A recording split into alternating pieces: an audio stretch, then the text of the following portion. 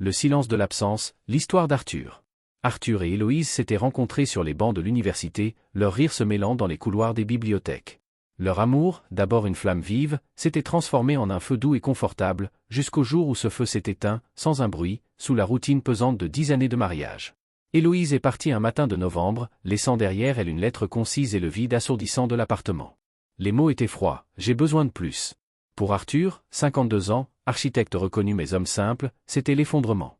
Il avait tout donné à cette vie qu'il croyait être la sienne, et il se retrouvait seul, face à des murs qui lui renvoyaient l'écho de son propre échec.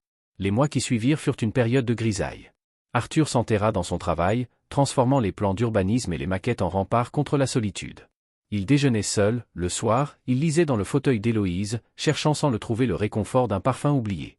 Son meilleur ami, Marc, le tirait parfois de force pour aller prendre un verre, mais Arthur restait distant, l'ombre de lui-même. Il avait délaissé ses passions, la photographie et les longues balades en forêt, le cœur trop lourd pour s'émerveiller des nuances de la nature. Il croyait que l'amour était une chance unique, qu'il avait jouée et perdue à jamais. Le printemps arriva, chassant la neige, et lentement, une partie de la torpeur d'Arthur. Poussé par un besoin soudain de changement, il décida de reprendre son appareil photo. Il s'inscrivit à un atelier de photo d'art dans une galerie du vieux quartier. C'est là qu'il rencontra Léa. Léa était une femme d'une quarantaine d'années, lumineuse, avec des yeux vifs qui riaient souvent et une énergie contagieuse. Elle était artiste peintre, reconvertie dans la conservation d'œuvres d'art, et participait à l'atelier pour capturer la lumière qui traversait les verrières de la galerie. Leur première interaction fut maladroite. Arthur, trop concentré, bouscula accidentellement son trépied. Au lieu de s'énerver, Léa éclata de rire. « On dirait que vous essayez de faire de la photographie d'action avec un sujet immobile, Arthur, plaisanta-t-elle. » Arthur se sentit rougir, mais ce rire franc brisa quelque chose en lui. Pour la première fois depuis des années, il sentit son propre rire répondre, un son un peu rouillé mais sincère. Au fil des semaines, ils se rapprochèrent. Les discussions techniques sur la profondeur de champ se transformèrent en conversations passionnées sur l'art, les voyages et la vie. Léa ne voyait pas Arthur comme l'époux délaissé, mais comme l'homme sensible et créatif qu'il avait oublié d'être. Elle l'encourageait à sortir de sa zone de confort, à photographier les gens plutôt que les murs. Avec Léa, Arthur retrouvait le plaisir des petites choses. Il passait des dimanches à explorer les marchés aux puces, à chiner de vieux meubles, à pique-niquer près du fleuve. Léa était une bouffée d'air frais, une couleur vibrante dans la palette de gris qu'était devenue son existence. Elle l'aimait pour sa douceur, pour son humour discret et pour la force silencieuse qu'elle devinait sous ses blessures.